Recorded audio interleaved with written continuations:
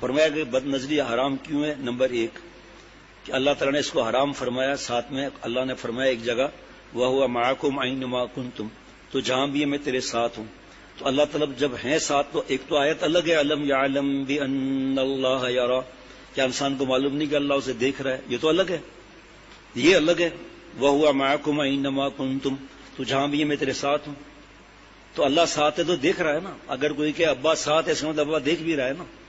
تو اتنا جری ہو جانا کہ اللہ ساتھ ہے اور فلمیں اور فیس بک یوٹیوب میں لگا ہوا ہے. نمبر 2 فرمایا کہ کوئی بھی ایسا کام نہ کرو جس سے اپنے استاد شیخ یا بڑا بدنام ہو، والد دادا دادی والدہ. اگر اپنی عزت کا خیال نہیں ہے تو کم از کم بڑوں کو تو بے عزت مت کرو، یہ گندے کام کرے گے. یا پھر ساتھ مت رہو. ایسے مدرسے اسکول یا خانقاہ میں داخلہ مت لو جس سے خانقاہ کا پیر یا اسکول کا پرنسپل بدنام ہو. جب بھی کوئی حرکت یا سکون ہو تو فوراً اپنے سے پوچھو کہ اللہ تعالیٰ اس بات سے راضی ہے یا نہیں. جب عمل نہیں کرتے تو ساتھ رہ کر کیا سیکھتے ہو؟ دل چاہتا ہے کہ کھوپڑی پر اتنے جوتے مارے جائیں کہ کھوپڑی گنجی ہو جائے. بتائیے بہارا اس بات کو سکھاتا ہوں یا نہیں؟ جب کسی حرکت کرنے کا دل چاہے تو اپنے دل سے پوچھو کیا اس حرکت سے آسمان پر میرا اللہ راضی ہے یا نہیں. جب دل میں جواب آ جائے کہ اللہ ناراض ہے تو پھر نفس سے مقابلہ کیوں نہیں کرتے؟ ہم ایسی حرکتوں کو قابل لعنت سمجھتے ہیں، ہم ایسی حرکتوں کو قابل لعنت سمجھتے ہیں جن سے رب میرا اے دوستو ناراض ہوتا ہے. کیا صرف اللہ تعالیٰ بد نظری سے ناراض ہوتے ہیں بھائی؟ ماشاء اللہ. دل میں گندے خیالات پر بھی ناراض ہوتے ہیں.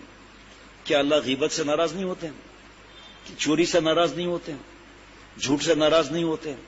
اذیت دینے سے ناراض نہیں ہوتے؟ تو یہاں صرف نظر کی حفاظت کا معاملہ نہیں. بد نظری کے حرام ہونے کی دوسری اہم وجہ جناب یہ میں نے پہلے بتا چکا، الم یعلم بأن اللہ یرا. یہ دوسری دلیل تو بالکل واضح ہے، جبکہ پہلی دلیل میں استدلال کرنے میں تھوڑی سی خفا ہے. اللہ تعالیٰ بندے کو ہر وقت دیکھ رہے ہیں. اللہ کے دیکھتے ہوئے پھر کیوں نامناسب حرکت کرتے ہو؟ شاگردوں کو اس طرح رہنا چاہیے، مرید کو اس طرح رہنا چاہیے کہ انہیں دیکھ کر سناؤں کیا لکھا ہے. شاگرد کو اس طرح رہنا چاہیے، مرید کو اس طرح رہنا چاہیے جناب کہ انہیں دیکھ کر استاد اور شیخ یاد آ جائیں. فنا تو اتنا ہو جاؤں اے شیخ آپ کے ذات عالی میں جو مجھے دیکھے آپ کا دیدار ہو جائے. حضرت والا کے وقت میں 21 سال اور اب چند برسوں سے کئی مثالیں ایسی ملی، کئی مثالیں. غصہ نہیں کیا معاف کر دیا، غلطی نہیں ہے معافی مانگ لیا، امانت واپس کر دی، پتہ نہیں کتنے واقعات. نامحرم کے ساتھ بدماشی نہیں کی، احسان کر دیا. تو ان لوگوں نے پوچھا کہ آپ کہاں جاتے ہیں؟ بھائی ہم خان کا گلشن اقبال جاتے ہیں. کہ ہمیں ان سے ملاؤ جن کی صحبت میں یہ معاملہ ہے. عمل کیا نا، گردن جھکا کر چلے نا، تو دوسرے کیا کر رہے ہیں؟ ابھی جب ایئرپورٹ پہ جانا آنا ہوتا ہے تو وہاں پر اللہ نے لوگوں کے دل میں محبت ڈالی ہے، ملنے آ جاتے ہیں. ایک بار اسلام آباد یا ملتان سے واپس آئے تو ساتھیوں کا سامان، میرا سامان تو آ جاتا ہے گاڑی کے ذریعے، لیکن ہم نے حضرت کو جو ہے نا وہ یہ سیکھا، حضرت کا ذوف وغیرہ تھا، ورنہ پہلے الگ بات تھی. حضرت شاہ عبد المتین صاحب دامت برکاتہ میرے پیارے موجودہ شیخ، جب تک سب کا سامان نہیں ہوتا باہر نہیں نکلتے. تو ساری باتیں میں بھی کھڑا ہوا تھا. ایک ملنے آیا، 2 ملنے آیا، 3 ملنے آیا، ایک بڑا افسر ملنے آیا. تو دوسرے افسر نے کہا کہ ان کو جانتے ہو؟ تو انہوں نے کہا کہ ہاں. کہا بھائی ہمارے ڈاکٹر عزیر ہیں نا ایئرپورٹ پر جو ڈاکٹر ہیں یہ ان کے ماموں ہیں. ڈاکٹر عزیر کون؟ کہا بھائی وہ ڈاکٹر عزیر جو کورونا میں ڈیوٹی ہے. کہ کون ڈاکٹر عزیر؟ اچھا وہ جو نظریں جھکا کر چلتا ہے، انٹرنیشنل ارائیول پہ ڈیوٹی ہے ان کی. اور کیسی ڈیوٹی ہے آپ خود سوچیں کورونا کی. اب نیا وائرس آیا تو کیسی ڈیوٹی ہے. یہ عزت اللہ دیتے ہیں، ماں باپ خوش ہوتے ہیں. جامع صغیر کی روایت ہے کوئی ایسا کام نہ کرو کہ تمہارے آبا و اجداد کے پاس تمہارے اعمال پہنچتے ہیں، ایسا کام نہ کرو جس سے ان کو تکلیف ہو. حضرت حکیم الامت مجدد ملت حضرت مولانا شاہ اشرف علی تھانوی صاحب نے فرمایا اس میں روحانی آبا و اجداد بھی آ جاتے ہیں. میرے آبا و اجداد بابا اماں دادا دادی نانا نانی زیادہ اوپر ہی ہیں نا، تو میرے روحانی آبا و اجداد حضرت شیخ اللہ رب العجم عارف باللہ حضرت مولانا شاکی محمد اختر صاحب رحمۃ اللہ علیہ، اور میرے آبا و اجداد ان کے شیخ حضرت پھول پوری رحمۃ اللہ علیہ، حضرت شاہ ابرار صاحب رحمۃ اللہ علیہ، پھر حضرت تھانوی رحمۃ اللہ علیہ، پھر حضرت حاجی امداد اللہ صاحب معجن مکی رحمۃ اللہ علیہ، پھر آگے تک حضرت علی رضی اللہ عنہ، حضرت حسن بصری رحمۃ اللہ علیہ تابعی 120 صحابہ رضوان اللہ علیہ مجمعین کی زیارت کرنے والے، وہ بیعت ہوئے حضرت علی رضی اللہ عنہ سے، حضرت علی رضی اللہ عنہ بیعت ہوئے آپ صلی اللہ علیہ وسلم سے۔ تو یہ سارے آبا و اجداد اوپر ہیں ہمارے۔ اسی طرح جو استاذ ہے ہمارا، اس کا بھی تو استاذ ہے نا، تو ایسا کام نہ کریں۔ ہم تو جوانیاں برباد کر رہے ہیں، بڑھاپا برباد کر رہے ہیں، فلموں میں گھسے ہوئے ہیں۔ اب اس گٹر لائن کی وجہ سے یہ باتیں سمجھ میں نہیں آئیں گی، ادب کی بات سمجھ میں نہیں آئے گی، سرمے کی بات سمجھ میں نہیں آئے گی، یہ ماں باپ سے کس طرح کرنا ہے، غلطی نہ بھی ہو تب بھی معافی مانگنا ہے، توبہ کی برکت سے پھر ہر بات سمجھ میں آنے لگتی۔ پرانی باتیں بھی یاد آئیں گی، وہ بھی سمجھ میں آنا شروع ہو جائیں گی، ابھی سمجھ میں نہیں آئیں گی یہ باتیں۔ شیخ کو کیا تکلیف ہے؟ جس جگہ اللہ کے کرم سے، اللہ کی رحمت سے ہر دوسرے دن سنت پر بیان ہوتا ہو، اور جہاں نکاح ہوتا ہے سنت کی 2-3 قرآن پاک کی آیتیں، 3-3 4-4 احادیث مبارکہ، نعوذ باللہ وہ سنت سے روکے گا اور اپنے قبر کو خراب کرے گا۔ جس نے حضرت والا کی برکت سے جو 18 سنتوں کا لگایا ہوا ہے طریقہ وضو کا، جو 51 سنتوں کی بات کرتا ہے، بار بار کہ 51 سنتوں سے نماز پڑھیں، صبر کا سنت کیا ہے، غصے کا سنت کیا ہے، جو دھڑا دھڑ اردو، سندھی، پشتو، انگریزی میں سنت کی کتاب تقسیم ہوتی ہے، جو بار بار نصیحت کرتا ہے کہ ہمیں یہ چیزیں نہیں آتی، آپ کا جو شرعی عذر ہے جس کی وجہ سے آپ لیپ ٹاپ یوز کرتے ہیں، کمپیوٹر استعمال کرتے ہیں، اس میں سے کھانا کھانے کی سنتیں نکال کر لگا دو۔ وہ سرمے جیسی بات، چھوٹی سنت، کوئی چھوٹی سنت ہوتی ہے؟ لوگوں کی نظر میں چھوٹی سنت تو ہماری نظر میں نہیں ہے۔ ہر سنت کا ایک مقام ہے۔ کوئی آپ کو یہ نہیں کہے گا کہ برتن صاف نہ کرو اپنے کھانے کا، کہ آپ کو یہ نہیں کہے گا کہ بیوی کا ساتھ مت دو، خدمت مت کرو۔ تو اس لیے بڑے مفتی اتنے بڑے، انہوں نے کیسی اطاعت کی؟ وہ تو بوڑھے تھے نا، بوڑھے ہیں نا، لیکن ہم تو جوان، اور وہ بھی لڑکیوں کے حکم میں جو آ رہا ہے ان کو کہہ رہے ہیں۔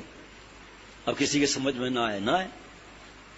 ایک نوجوان سرما لگاتا تھا پرانے عرفہ، اور امامہ بھی اس طرح کس کر باندھتا تھا، اس طرح کر کے جیسے محراب بنا ہوا ہو۔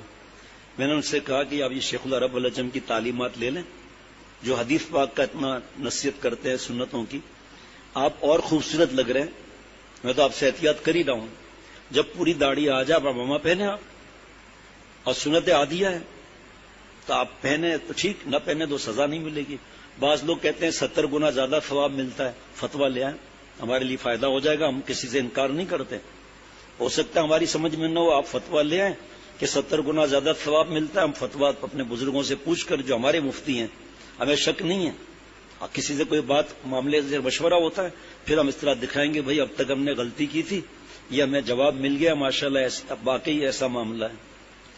ہم جہاں پرانے گھر رہتے تھے وہاں گول مسجد ہل پارک کے پاس والی، میں باہر نکلا عصر نماز پڑھ کے، رکشہ والے نے کہا کہ میری نماز ہو گئی۔ میں نے کہا کیوں، کیا مسئلہ ہوا؟ کیا امام صاحب کو امامہ پہنا ہی نہیں ہوا تھا؟ میں نے کہا کیا بات کر رہے ہیں آپ، کہاں وہ نماز ہوئی نہیں؟ میں کس نے آپ کو بتایا بھائی؟ تو آپ صلی اللہ علیہ وسلم 3 ٹوپیوں کا تو حدیث پاک میں ذکر ہے، ایک اونچی ٹوپی تھی، ایک چپکی ہوئی تھی، اور ایک دونوں کان ڈھکے ہوئے تھے۔ فتویٰ لے لیں، اور لکھا ہے شاید یہ سردیوں کے لیے تھی۔ پھر یہ بھی لکھا ہے اگر کسی ٹوپی کے لیے ضد کی جائے، یہ پہنو نہیں تو گناہ ملے گا، یہی بدعت ہو گئی۔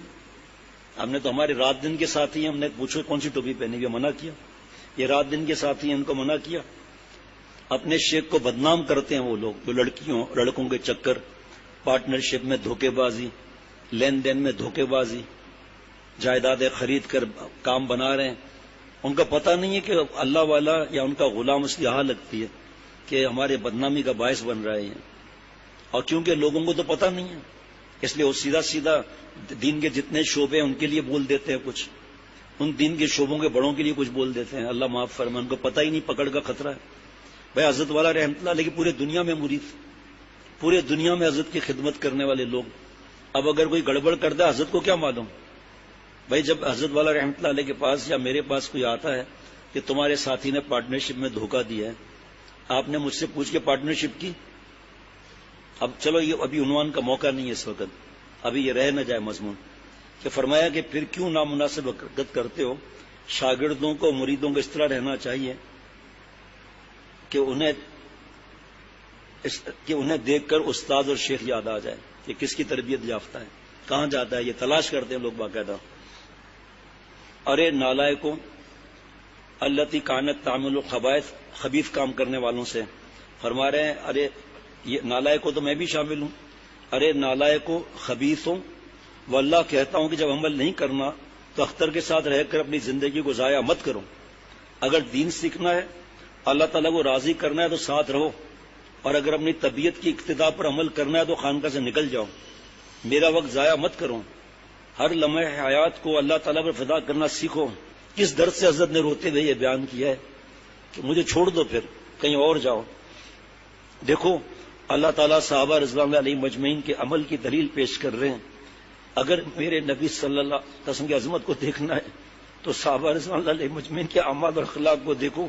والذین معہ، میرے شیخ حضرت پھول پوری رحمۃ اللہ علیہ فرماتے تھے کہ اللہ تعالیٰ نے اس آیت میں حضور صلی اللہ علیہ وسلم کی عظمت کو صحابہ رضوان اللہ علیہ مجمعین کے اعمال سے پیش کر رہے ہیں. وہ شاگرد اور مرید کتنا ظالم اور خبیث ہے جس کی وجہ سے اس کے بڑوں کو نقصان پہنچے. معلوم ہوا کہ جب تک خود ارادہ اصلاح نہ کرے اس کی اصلاح کیسے ہو سکتی ہے. ہم کو اپنے ہر لمحہ حیات کو اللہ تعالیٰ پر فدا کر کے ہر لمحہ حیات، یہ جملہ کون سی کتاب میں لکھا ہوا ہے؟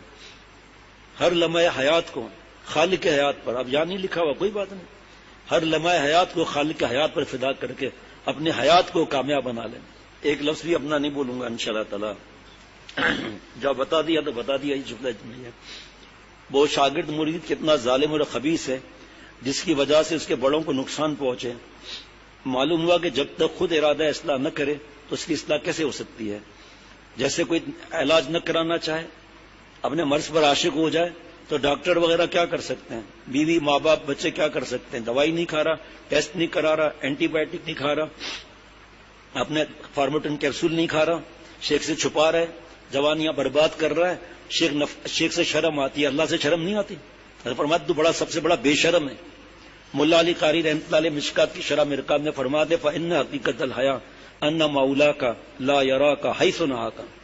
اصلی حیا یہ کہ ہمارا پالنے والا ہمیں نافرمانی میں نہ دیکھے. جناب ہم کو اپنے ہر لمحہ حیات کو اللہ تعالیٰ پر فدا کر کے جلد از جلد اپنی منزل پر پہنچنا چاہیے. بندے کی منزل اللہ تعالیٰ کو راضی کر لینا ہے. جب اللہ تعالیٰ کے ناراضگی والے اعمال کو چھوڑنے کی توفیق نہ ہو تو یہ کیا مرید ہے؟ کیا ایسا شخص منزل تک پہنچے گا جو کتے اور سور والا کام کرتا ہے لڑکوں کے ساتھ؟ اس میں یہ حضرت کی بات ہے، میں بتا رہا ہوں، قرآن پاک کی بات ہے کہ پتھروں کی بارش اللہ نے کی ان ظالموں پر. اب آپ صلی اللہ علیہ وسلم کی دعا کی برکت سے پتھروں کی بارش تو نہیں ہوگی اجتماعی، لیکن کھوپڑی کو اللہ الٹ دیں گے کیونکہ الٹے کام میں تھے. یہ فرمایا کہ یہ کیا ایسا شخص جو سور کتے والے کام کرتا ہے منزل تک پہنچے گا؟ یہ تو نفس کتے کا غلام ہے. یہ کتا نہیں ہے بلکہ کتے کا غلام ہے. بتاؤ بزرگوں نے نفس کے بارے میں کیا فرمایا؟ نفس فرعونیت کے خصائل رکھتا ہے، اس کو زیادہ آسودہ مت کرو. کوئی بھی ایسا کام مت کرو جس سے اپنے بڑے کو نقصان پہنچے. مغلوب الشہوت اور مغلوب الغضب ہونے سے بچ جاؤ تو منزل آسان ہے. مغلوب الغضب جو غصے کا غلام بن جائے، ماں باپ ہر ایک سے لڑ رہا ہے. انسان کے فرمایا حضرت آجی صاحب رحمۃ اللہ علیہ فرمایا کرتے تھے کہ انسان کے اندر دو مرکزی بڑی بیماریاں ہیں، ایک جا ایک بھا، ایک غصہ جا اور ایک دوسری شہوت بھا. جناب جا میں تکبر بھی آ جاتا ہے، جا حرام ہے، اور ایک شہوت، ایک جا اور دوسرا بھا. سنو فرمائے اصلاح کرا کر جا کا جیم نکل جائے، بھا کا با نکل جائے، کیا ہو جائے گا؟ بعض لوگ اپنے کو بڑا نہیں سمجھتے جا، لیکن شہوت کے غلام ہے.